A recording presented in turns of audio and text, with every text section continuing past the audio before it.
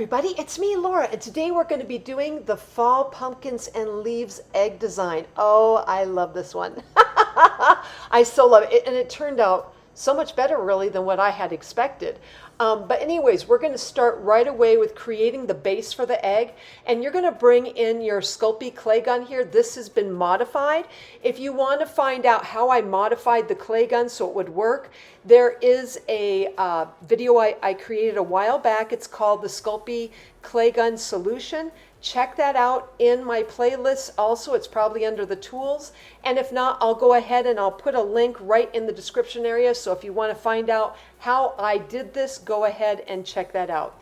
Anyways, I'm pressing out some of my clay here, and this was done with the clover leaf disc shape that I had gotten with my clay gun. And I'm using the middle one, or I should say the middle size type, not the large one and not the tinier one, the mid one. I will press out all the rope from that particular cloverleaf disc, and then I'll cut it into 3 sections.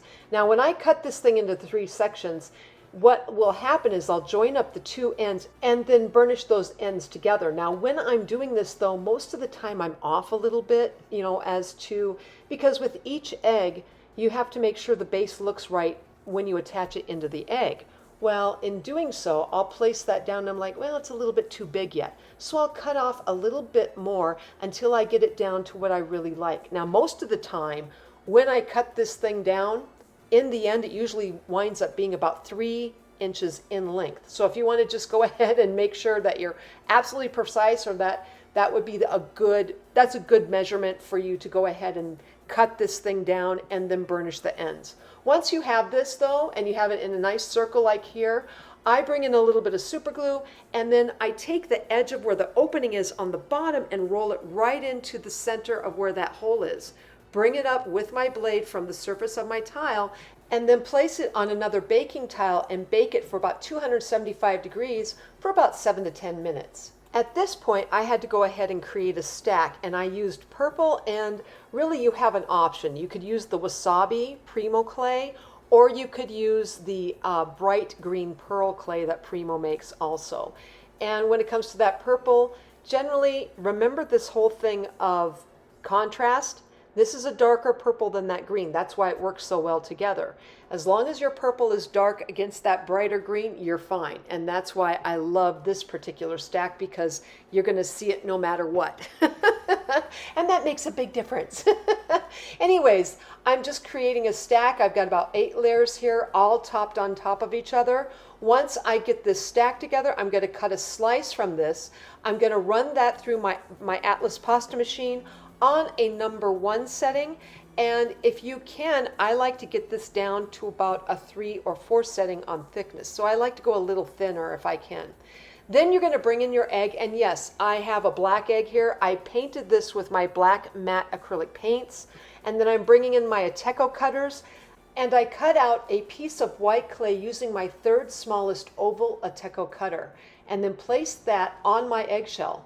And that oval is being put in a vertical position on the egg, and then the white clay was also rolled out on my Atlas pasta machine on a number 2 or 3 setting. If you can go to a 3, I like that best. A little bit thinner is nice to work with.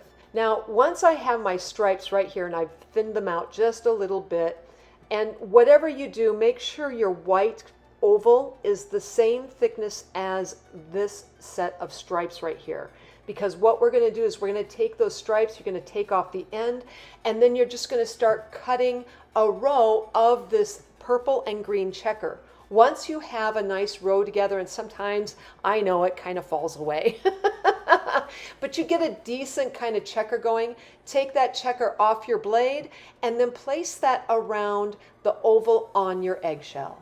Now, if you're a little bit worried about this, this clay kind of staying on the shell itself, here's a little hint. Take a little bit, and I'm saying just a very tiny amount of your super glue, and place that around where the checker is going around the oval, and even maybe a little bit on the oval itself, just to keep it in place.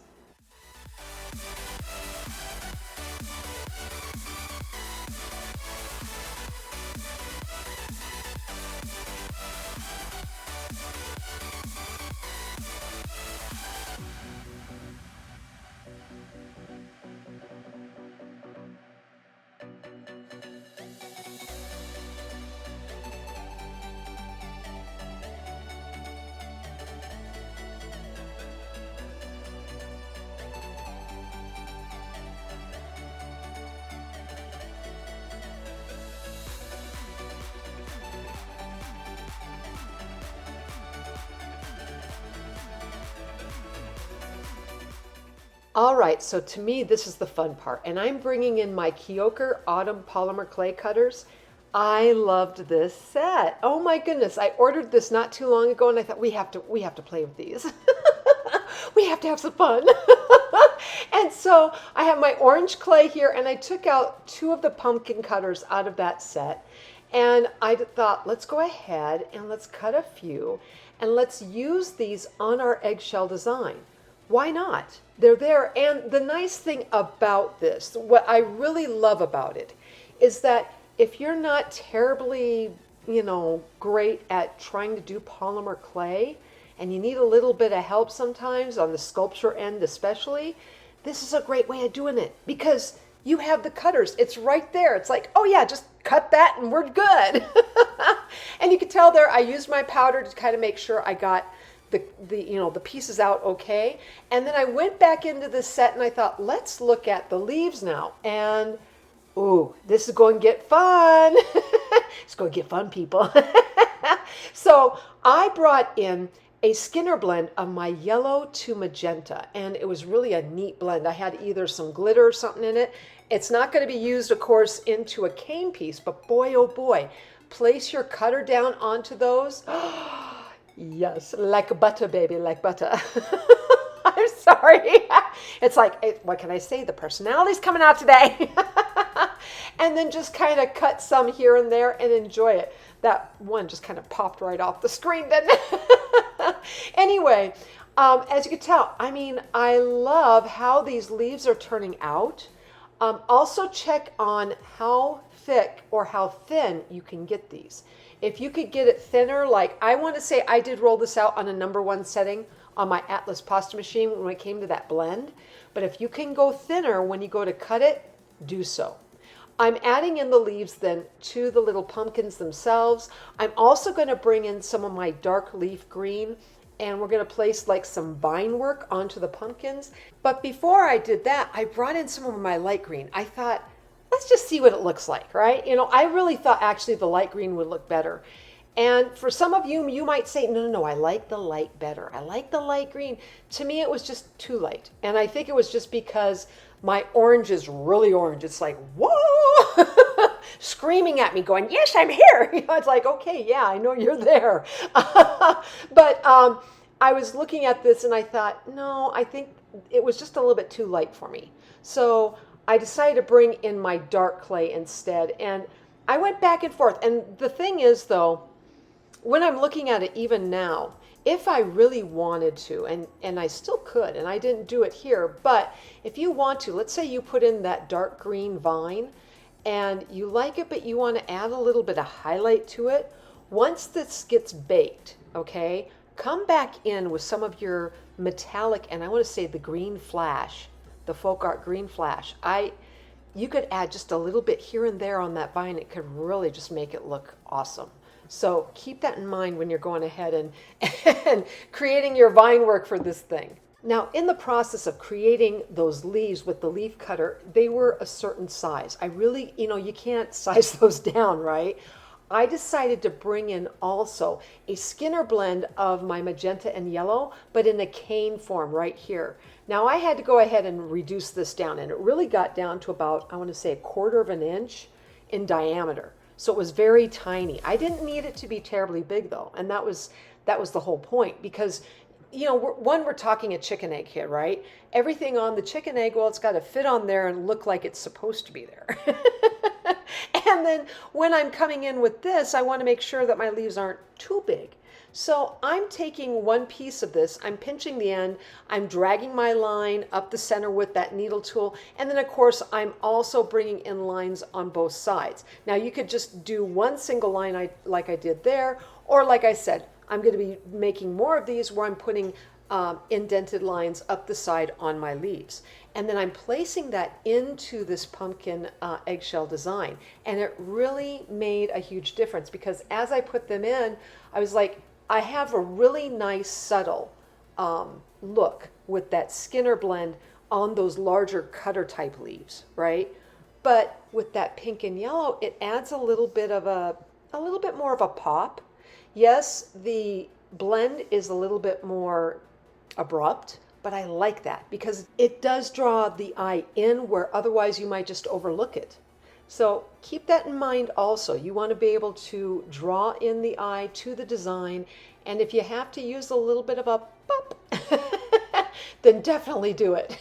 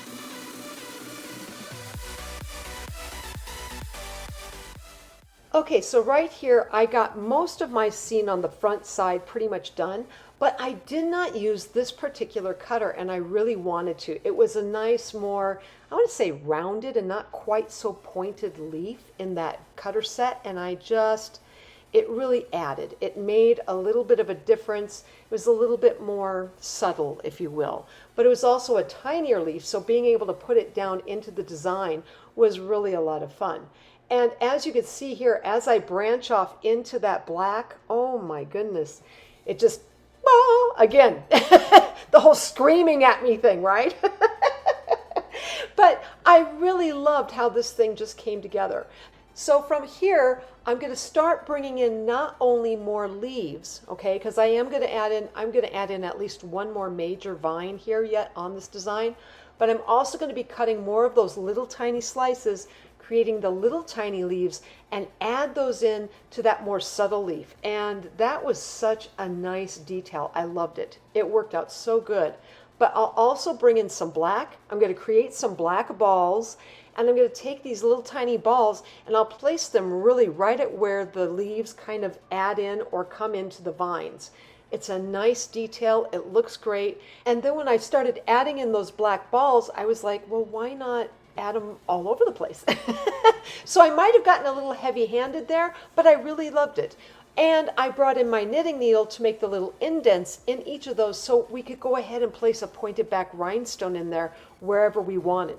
Now, once I have that done though, and once I get this whole thing completely finished up with the clay design on the outside of the shell, we will then take this egg and place it in your oven at 275 degrees for about 7 to 10 minutes.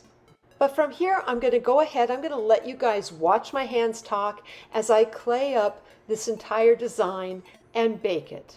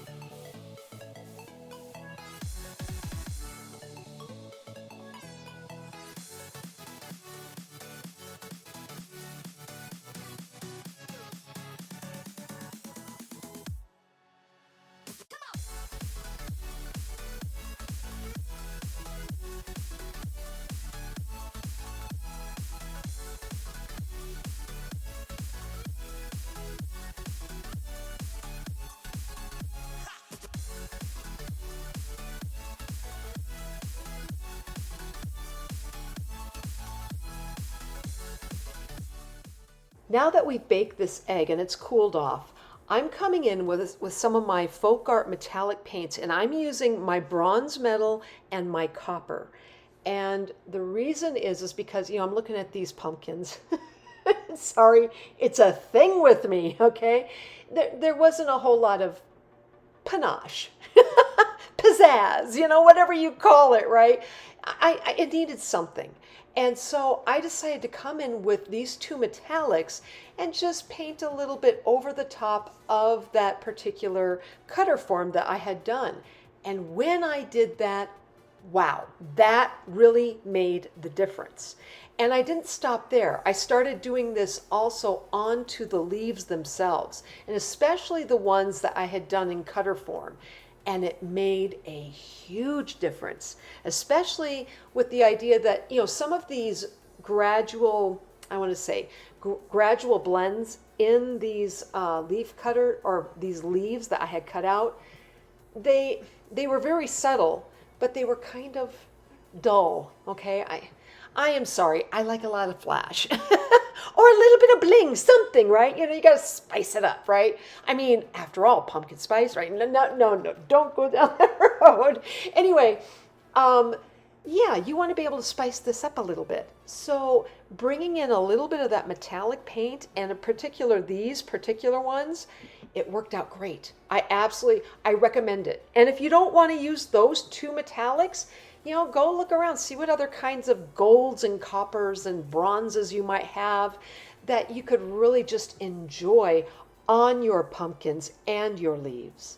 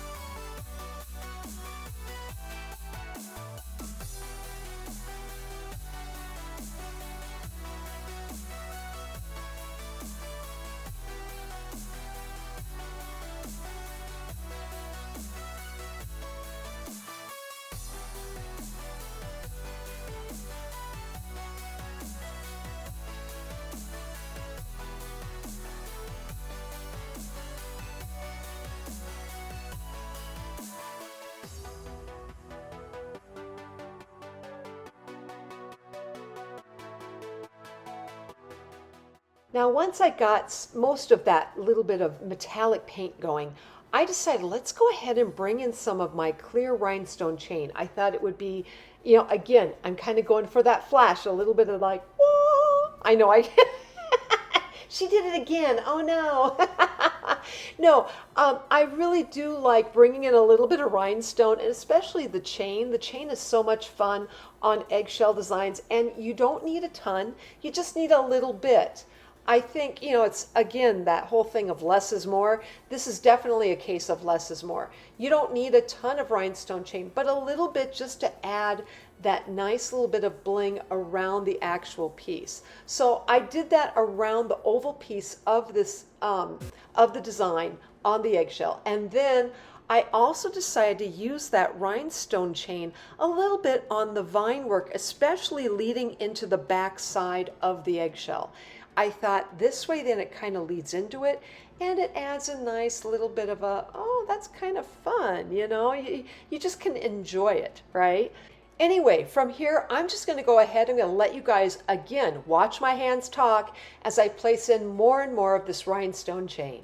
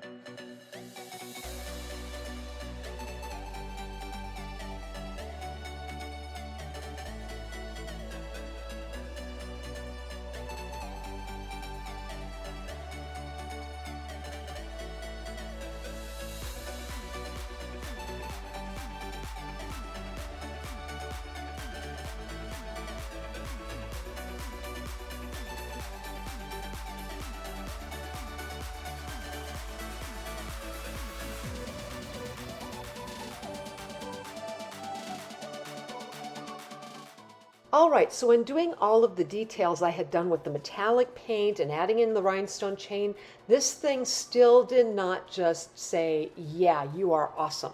No, just didn't get there. I was like, no, it's not quite there yet. So what I had done was, and notice here too, I had kind of glued in my chain right over the green there.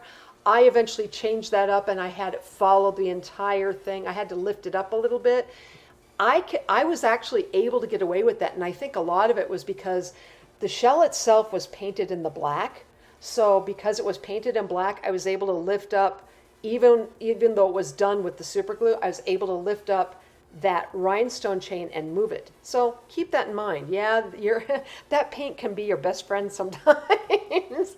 But anyways, I went ahead, and this is where I told you earlier, the dots, I get a little bit nuts. Yeah, I made a bunch of little dots. I thought, let's go ahead and place this one in, that one in. But I really liked it. It was really fun. And you could place in all sorts of little rhinestones then into each of these little dotted pieces, right? So once I got that in and I placed them all over, I thought, this is going to look good, right? This will be enough. In the end, it really wasn't quite there entirely. And what I mean by that is I had to bring in that Posca marker. And yes, I am using that 0.7 millimeter type of Posca, and I love it. It's the white one, of course. And when I was doing this, I really didn't plan to use the Posca. I thought the rhinestones, the chain, all of it would be enough. But there were just, I can't really describe it. It just said, guess what? You're going to have to go and do a little bit more detail. And this is finally, to me, what made the entire design. I had that Posca. I was able to bring in just little curls and curves that I could draw around onto the eggshell and onto that black matte paint. It worked great. I added in some dot features, and I even started adding in a little bit of a white Posca dot feature onto my pumpkins and even into my leaves. Now, once I got that all finished up, I decided let's go ahead, and I brought in my water-based varnish to varnish up the eggshell, because with that black matte paint that's on the shell itself and really on the base as well, you really want to have that sealed. I didn't do any kind of sealing on the clay part itself. I just sealed the eggshell part. And if you want to go ahead and seal the part with the leaves, absolutely go ahead and do it. I don't think there's any problem there. I think you'll be just fine in sealing it as well.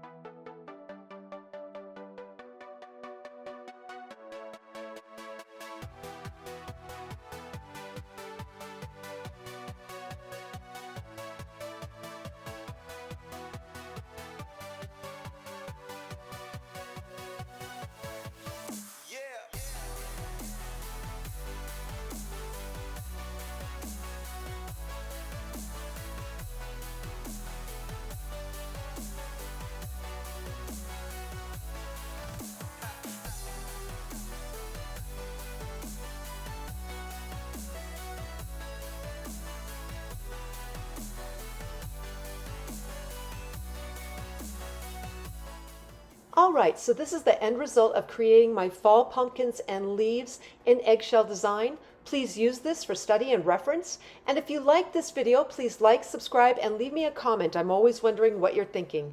Otherwise, I am sending out my biggest hugs to each of you, and I hope you have a fantastic day.